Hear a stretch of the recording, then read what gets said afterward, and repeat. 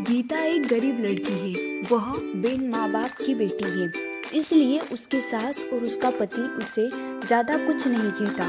गीता के घर में गीता की ही चलती थी। वो जो कहती थी उसकी सास और उसका पति बिना कुछ कहे मान लेता था, क्योंकि वह एक बिन माँ बाप की बेटी थी और उसने शादी से पहले बहुत दुख दर्द सहा था। गीता घर का कोई काम नहीं करती थी। उसके घर का सारा काम उसका पति और उसकी सास करती थी और कुछ काम उसकी बेटी भी करती थी। गीता तो रोज अपना पर्स लेकर बाहर घूमने चली जाती थी।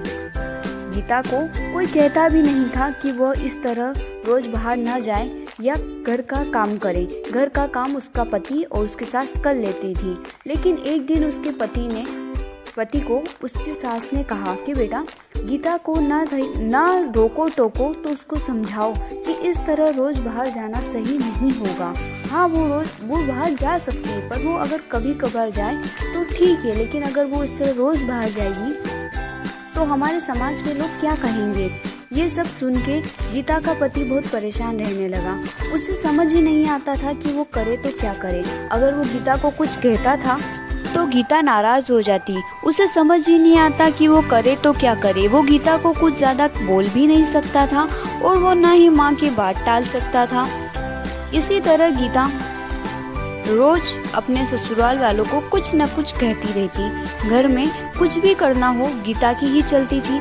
वो अपने पति और अपनी सासू को बहुत बातें सुनाती थी। अगर उनसे कोई काम ठीक से नहीं होता तो भी वे उन्हें डांट लगाती थी। फिर भी उसका पति और उसकी सास चुपचाप उसकी सारी बातें सुनते रहते थे, ये सोचकर कि कभी न कभी गीता को एहसास होगा कि वो जो व्यवहार करती है वो सही नहीं है।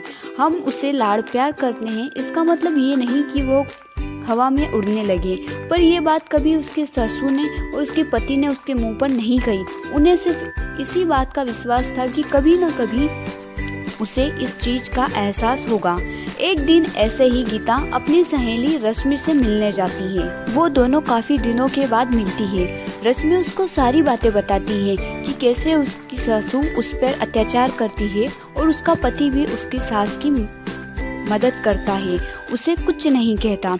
उसकी सास उसके पति को उसके खिलाफ भड़काती भी रहती है। वो चाहे कितना भी काम कर ले, कितनी भी अच्छी तरीके से घर की सारी साफ सफाई करे, सारा काम करे, फिर भी उसकी सासू उसमें नोकझोंक निकाली देती थी और उसका पति भी उसकी माँ का साथ देता था। जब ये बात रश्मि ने गीता को बताई तो गीता को एहसास हुआ कि वो तो अपने पति और अपने सासू के साथ इतना बुरा व्यवहार करती है, घर का कोई काम नहीं करती, फिर भी उसकी सासू और उसका पति उसे कुछ नहीं कहता। वो उन्हें बार बार छोटी छोटी चीज़ों के लिए हजारों बातें सुनाती है, फिर भी उसके सासू ने उसे कभी नहीं डांटा। ये सुनकर गीता को अपनी गलती का एहसास होता है और वह घर जाकर अपनी सासू के सामने रोने लगती है। उन्हें सब बात बताती है कि उसे उसकी गलती का एहसास हो गया है कि उसने कितना गलत किया। तब उसकी सास उसे कहती है कि बेटा रो मत, हमें विश्वास था कि तुम्हें एक न एक दिन अपनी गलती का एहसास होगा और तुमने गलती चाहे कैसी भी की हो, लेकिन तुम्हें अपनी गलती का एहसास हो गया, बस यही बड़ी बात है। अब हम सब साथ मिलकर हंसी खुशी रहेंगे।